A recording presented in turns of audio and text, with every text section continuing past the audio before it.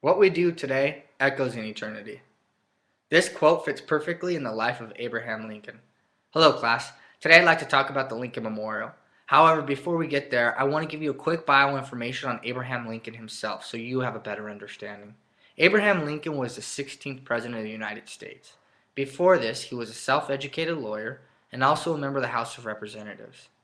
While in office as president, Abraham Lincoln oversaw the Civil War. This is one of the biggest wars in America's history and is still looked at to this day. Even Abraham Lincoln himself is studied at every education level in the United States. This shows how important one man can be in the history of the United States. If you'd like more information about Abraham Lincoln, you can go on whitehouse.gov and get all his bio information and much more. Now that you have a better understanding of Abraham Lincoln, I'd like to kind of briefly describe the Lincoln Memorial and why it was built.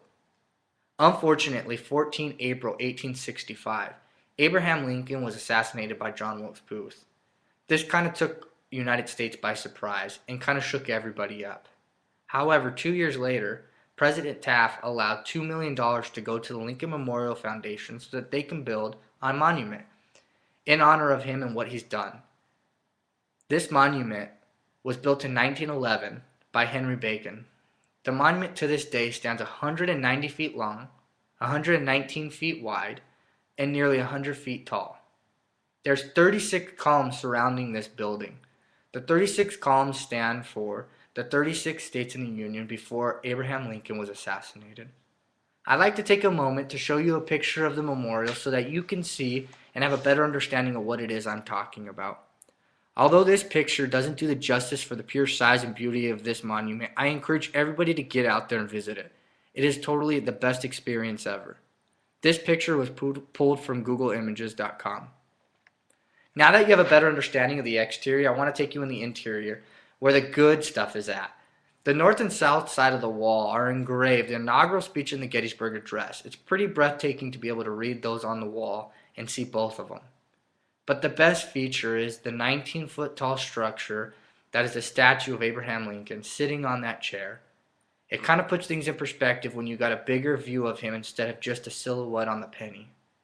His broad shoulders, his very narrow, thin jaw kind of tells you a little bit about that guy. So when you leave that monument, you truly understand who Abraham Lincoln is.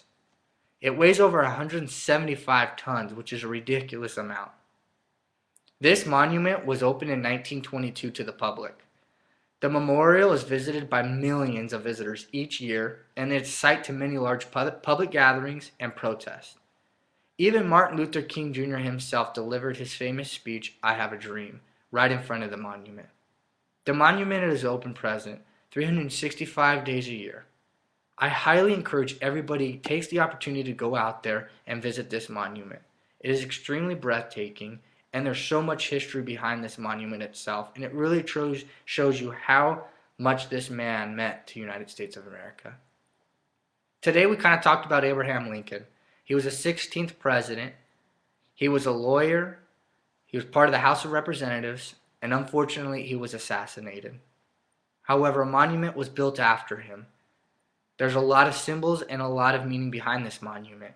The 36 pillars standing for the 36 states, and the inaugural speech in the Gettysburg Address engraved inside those walls.